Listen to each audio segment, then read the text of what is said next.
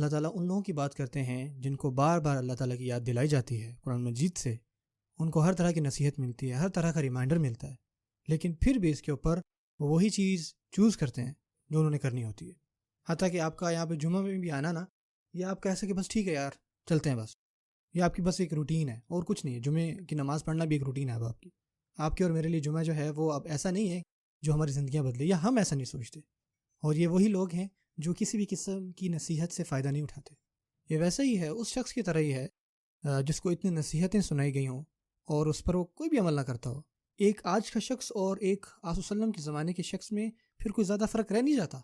کیونکہ وہ لوگ تو اللہ تعالیٰ کا کلام آس وسلم کی زبان سے ڈائریکٹلی سن رہے تھے، لیکن انہوں نے اپنے کان نہیں دھرے، وہ اپنی زندگی میں مصروف رہے۔ لیکن الحمدللہ ہم مسلمان ہیں، ٹھیک ہے، وہ کفار تھے، یہ فرق ہے ہم میں اور ان میں، لیکن ہمارے رویے جو ہیں وہ تو کافی ملتے جلتے ہیں ان سے۔ ایسا نہیں کیا آپ کوئی نصیحت سنتے ہیں، میں کوئی نصیحت سنتا ہوں اور ہم یہ کہتے ہیں یار کیا زبردست بات ہے، پہلے کبھی نہیں سوچی ہے، اور ہمارے رویوں میں کوئی تبدیلی نہیں آتی۔ جو مکی قرآن ہے، اللہ تعالیٰ نہ صرف بات کرتے ہیں کفار کے ان عقیدوں کے اوپر، بلکہ اللہ تعالیٰ جو ہے بات کرتے ہیں ان کے اعمالوں کے اوپر بھی۔ جو کافر ہوگا وہ یہ کہے گا فلا صدق ولا صلی، کہ نہ ہی اس نے تصدیق کی اور نہ ہی اس نے نماز پڑھی۔ اللہ تعالیٰ یہ بات کہتے ہیں کہ ان کی بھی نیکیاں یا اعمال گنے جاتے ہیں جو کفر کرتے ہیں،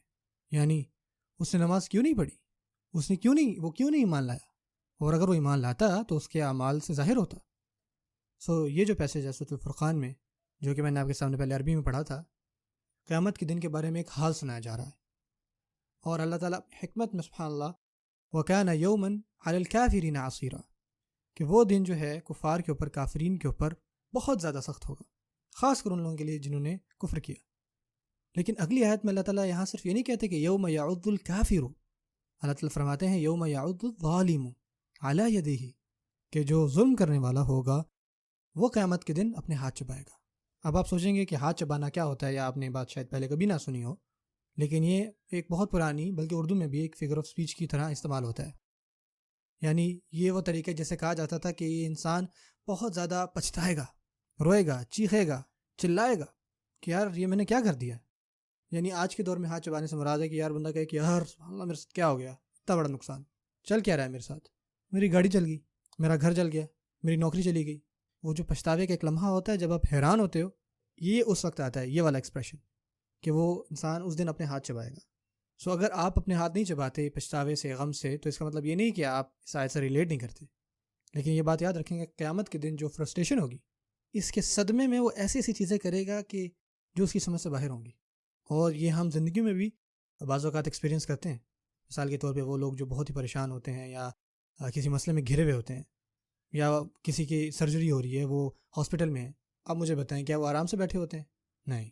وہ کبھی چل رہے ہیں، کبھی بیٹھ رہے ہیں، کبھی ادھر جا رہے ہیں، کبھی ادھر جا رہے ہیں، آرام سے بیٹھ ہی نہیں پاتے، یا ان کو جب خبر ملتی ہے تو وہ اپنے چہروں پہ ہاتھ رکھ لیتے ہیں۔ قیامت کے دن اللہ تعالیٰ فرماتے ہیں یہ جو شخص ظالم جو ہے اپنے ہاتھ چبائے گا،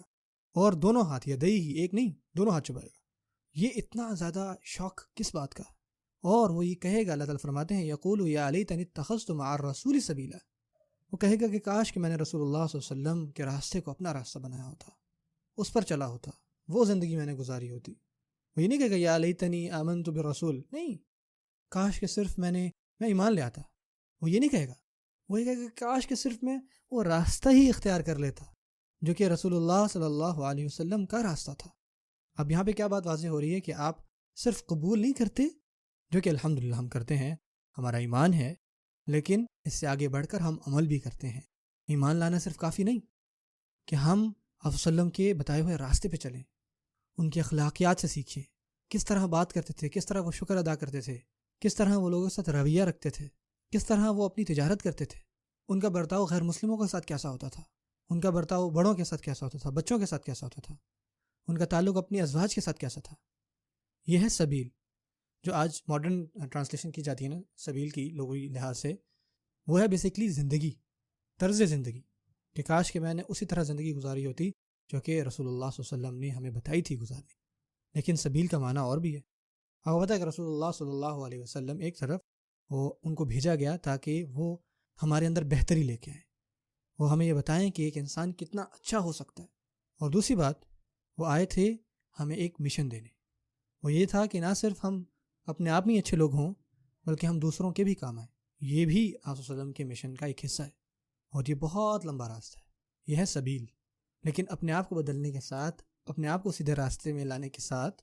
آپ کیا کرتے ہو؟ وہی خیر دوسروں کے ساتھ بھی بانٹتے ہیں.